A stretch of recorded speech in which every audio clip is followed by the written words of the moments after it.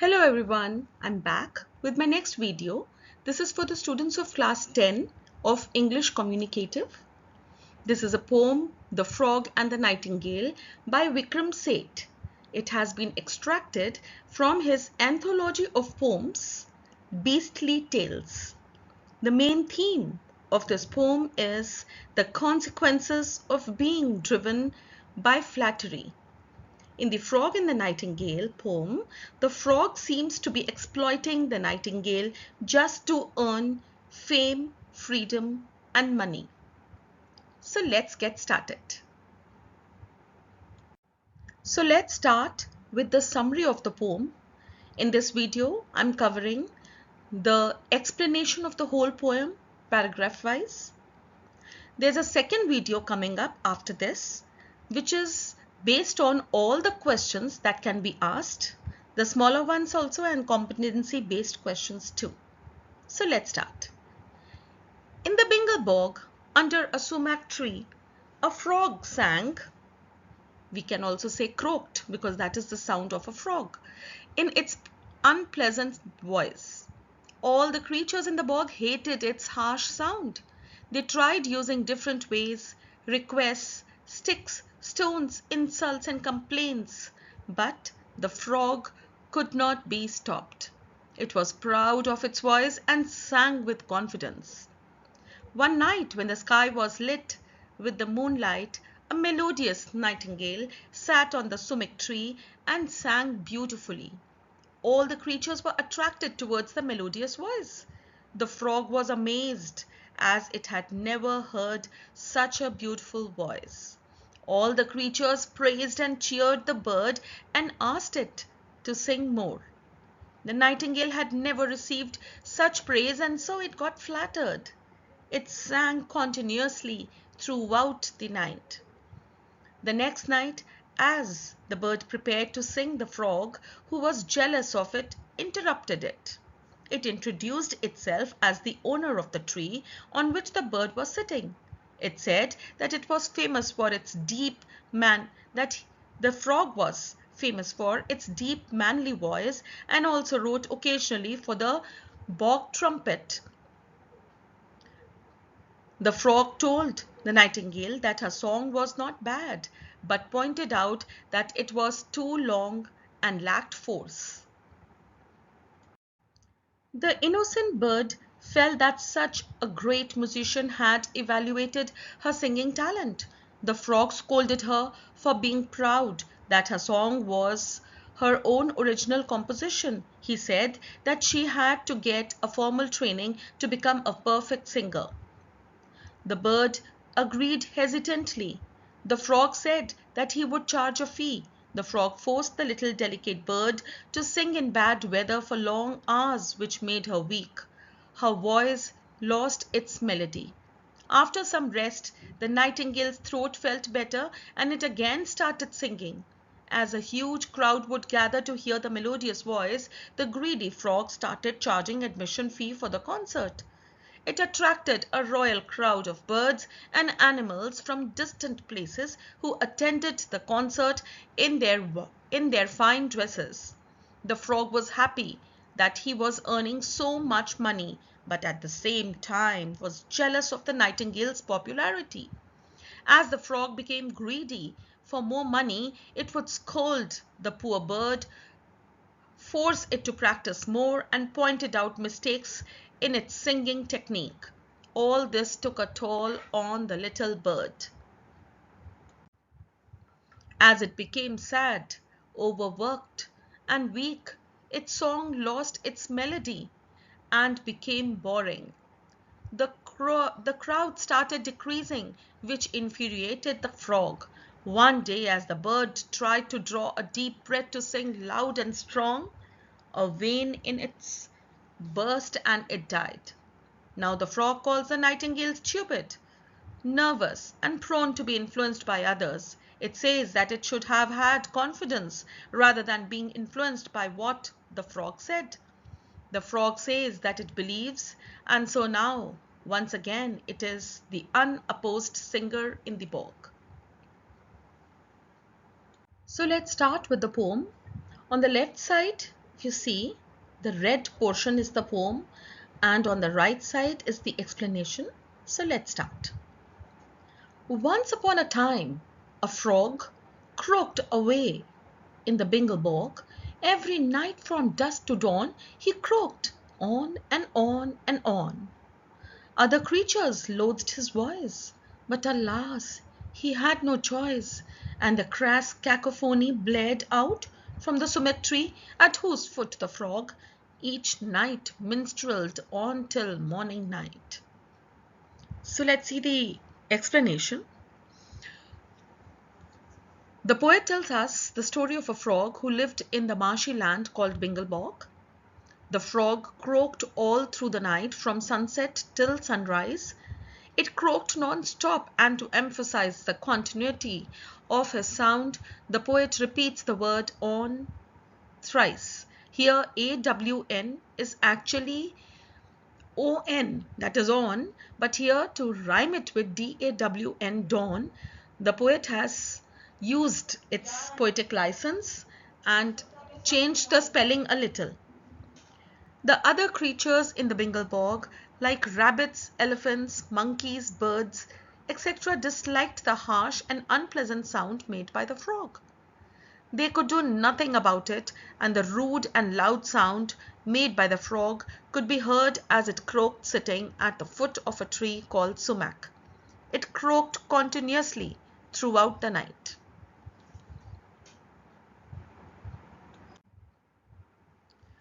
Neither stones, nor prayers, nor sticks, insults or complaints or bricks, stilled the frog's determination to display his heart's elation. But one night a nightingale, in the moonlight cold and pale, perched upon the sumac tree, casting forth her melody. Let's see the explanation. The creatures of the bog tried different ways to stop the frog. They hit it with stone, bricks, and sticks, insulted it, complained against it, and even prayed before it to stop making the unpleasant sound. They were unsuccessful, as the frog was determined to sing, as it was proud of its unique voice. One night, the sky was full of moonlight, the weather was cold, and everything seemed dull. A nightingale bird sat on a branch of the sumac tree and sang in its melodious voice.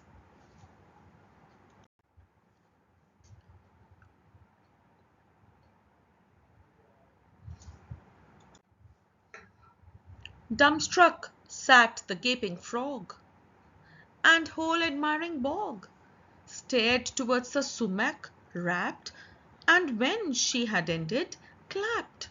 Ducks had swum and herons waded to her as she serenaded, and a solitary loon wept beneath the summer moon.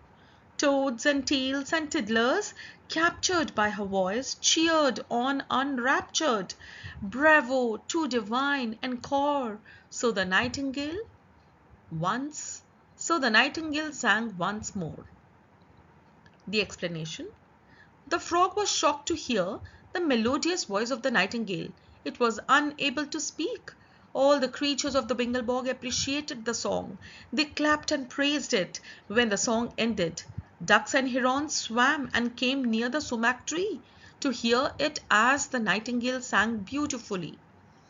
A large water animal called loon, here referred to as the frog, who was alone, felt emotional on hearing the nightingale's melodious song. It started weeping as the nightingale sang through the night with the moon in the sky. Summer moon means that it was the summer season when the moon is comparatively lower in the sky. Even the tiny creatures like small frogs, ducks and fishes were attracted to the melodious voice and cheered it to sing more. They cheered the nightingale by saying that it was a brave bird, its song was heavenly, and asked it to sing more. Quite unused to such applause, sang till dawn without a pause. Next night, when the nightingale shook her head and twitched her tail, closed an eye and fluffed a wing, and had cleared her throat to sing, she was startled by a croak. "Sorry, was that you who spoke?" she inquired when the frog hopped towards her from the bog. Yes, the frog replied. So the nightingale had never received appreciation, and it was so happy that it sang continuously till sunrise. The next night it again prepared to sing. It shook its head, jerked its tail, closed an eye to concentrate on the song, and fluffed its wing. Before starting the song, it cleared its throat too. The bird was interrupted by the croak sound of the frog. As it hopped towards the nightingale, it asked the frog whether it was the frog who spoke. The frog replied that it was his sound.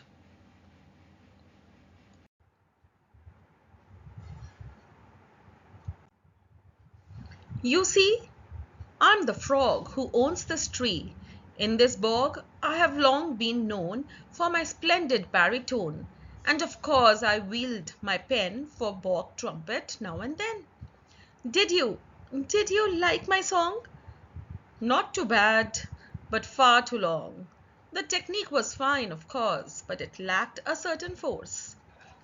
The explanation is, the frog introduces itself to the nightingale as the owner of the sumac tree on whose branch the bird was sitting and singing. Further, it said that it was famous in the bog for singing in its unique deep voice. It also wrote occasionally for the bog trumpet. The humble bird asks the frog if it liked her song. The frog replies that it wasn't bad, but it was very long. Further, it comments on her skills and says that the method of singing was fine, but her voice lacked force. Oh, the nightingale confessed, greatly flattered and impressed, that a critic of such a note had discussed her art and throat. I don't think the song is divine, but oh well, at least it's mine. That's not much to boast about, said the heartless frog. Without proper training such as I and few others can supply, you'll remain a mere beginner, but with me you'll be a winner. The explanation is, the nightingale felt bad that her singing was not up to mark, but it was happy that such an expert musician had analyzed her song and her voice. It was impressed by the frog's style. The bird consoles itself and that even if her song is not so heavenly, at least it is her own composition. The frog scolds her for being proud. It is harsh towards the bird and belittles it by saying that it lacks training, which only a few masters like the frog can give. The frog also says that without the training, the bird will remain just a beginner all its life, and if it wanted to become a winner, a perfect singer, then it had to learn from him.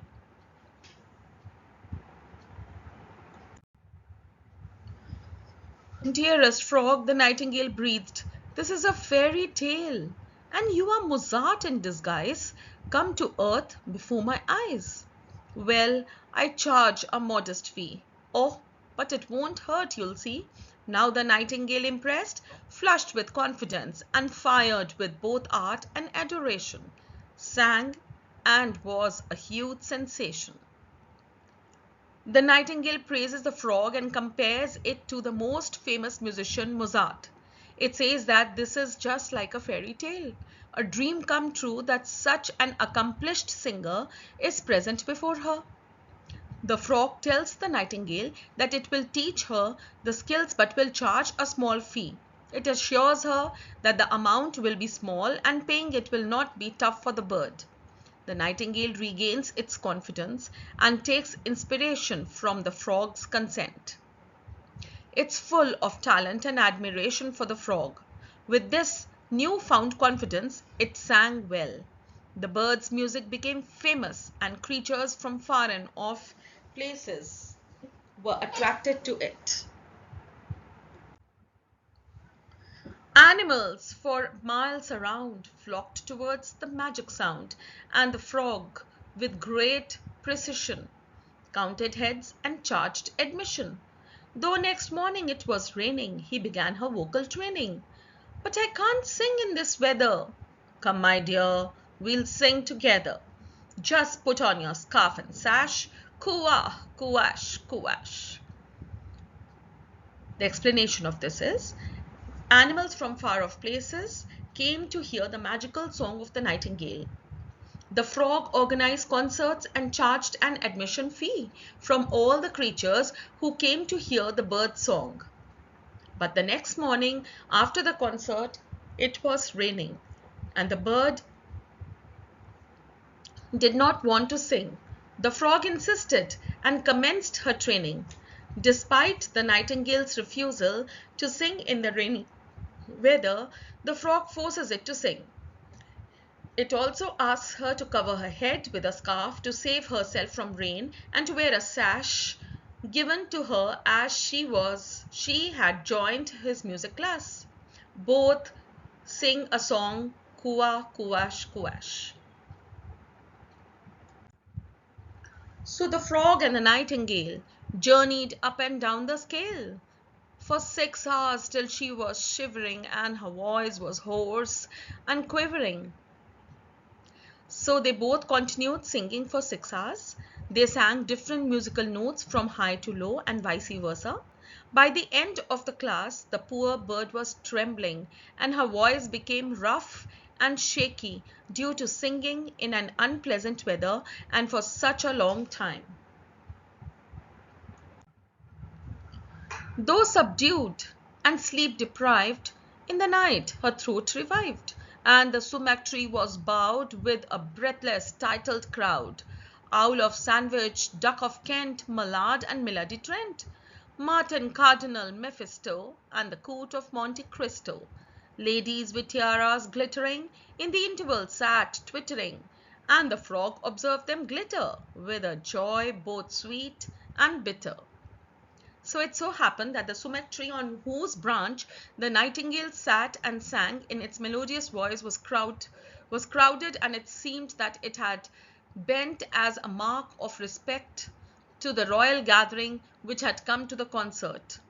The royal creatures that had come were the owl of Sandwich, the duck of Kent, Mallard and Milady of Trent. The poet had added the names of animals like owl, duck, mallard to the names of historical figures like Earl of Sandwich, Duke of Kent, my lord and my lady of Trent to show that titled crowd had gathered. The crowd included Martin Cardinal Mephisto and the Court of Monte Cristo. All the royal ladies were wearing tiaras, which were full of shining metal and precious stones. They talked with each other during the interval in the concert. The frog saw the royal gathering which had come to hear the nightingale song. He had mixed feelings of happiness and jealousy. He was happy as the huge crowd meant monetary gain. He was jealous of the nightingale's fame as his song had never got such an exceptional audience.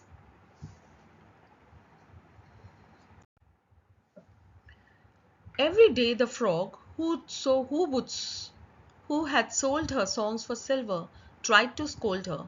You must practice even longer till your voice, like mine, becomes stronger. In the second song last night, you got nervous in mid-flight. And my dear, lay on more trills. Audiences enjoy such frills. You must make your public happier. Give them something sharper and snappier. You must aim for better billings. You still owe me 60 shillings.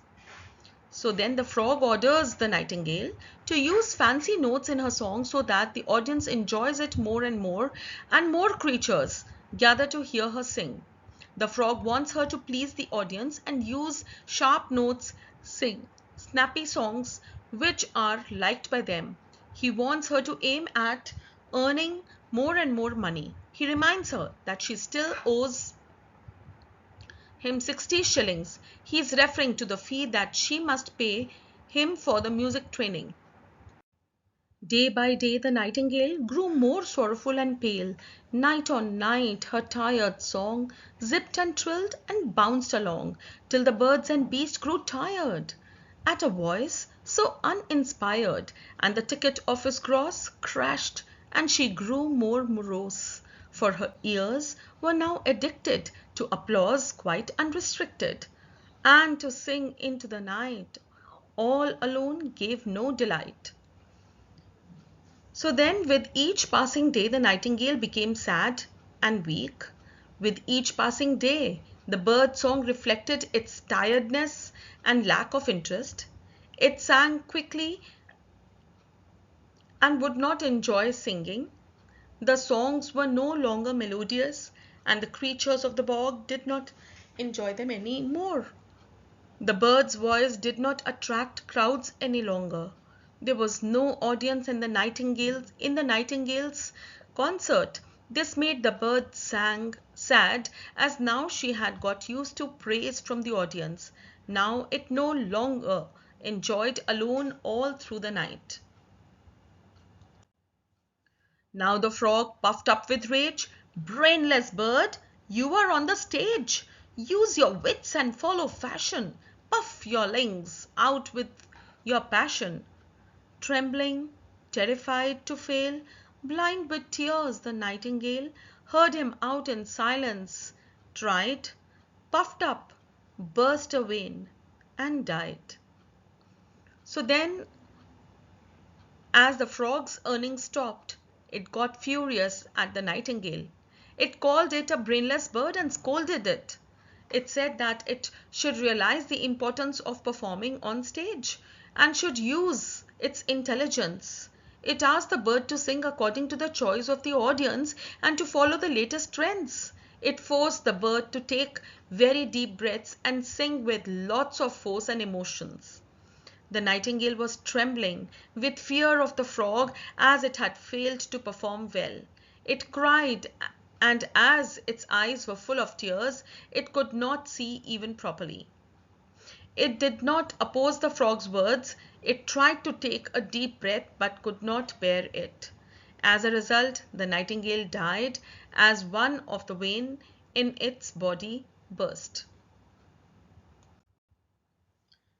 Said the frog, "I tried to teach her, but she was a stupid creature, far too nervous, far too tense, far too prone to influence. Well, poor bird, she should have known that your song must be your own. That's why I sing with panache, kuah, kuash, kuash." And the foghorn of the frog blared unrivaled through the bog. So when the bird died, the frog commented on the dead nightingale and said that the nightingale was not intelligent and that it tried to teach her also. She was nervous, became tense, and she lacked confidence. It further added that the poor bird should have sung her own song in her own way. It should not have changed its style and got influenced by the frog. This shows that the frog is a cheat. It forced the bird into a wrong path due to jealousy. The frog ends by saying that it had confidence in its singing talent and sang in its unique style. Once again, the frog sang its song, "Kuash, kuash, kuash," and the frog's song could be heard all over the Bengal bog, and he became the unopposed singer. So that was the poem and the explanation of the poem. Here we can see the character traits of the frog and the nightingale. Let's go through it. The frog used to croak a lot. It had an unpleasant sound.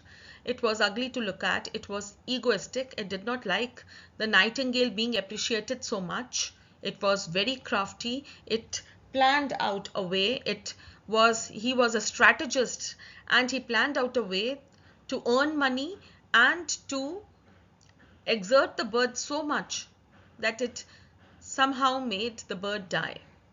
It was insensitive even after the bird's death. He was calling her as a brainless bird. Moreover, when it was raining and when the bird said that she could not practice or sing in that bad weather, he still forced her to do so. So he was very insensitive, he was very commanding, he was proud, and so these are the characteristics of a frog. Now let us see the character traits of a nightingale. The nightingale had a melodious song. She sang melodiously, but she was submissive. Although it was her own song, but she was vulnerable and she was submissive. She let the frog dominate her. She was a gentle bird. She was talented. She used to sing very well. She was innocent. She did not know that the crafty frog was plotting against her. She serenaded. She is vulnerable because that is how she got dominated, influenced by the frog, and that brought an end to her life. And she was a very simple bird. So these were the character traits. Join the channel and see the next video for the question and answers, and do let me know anything else you would like me to make a video on. And please, if you are a newcomer, please like my channel, subscribe to it, press the bell icon so that you get the latest notifications. Do take good care of yourself. Bye.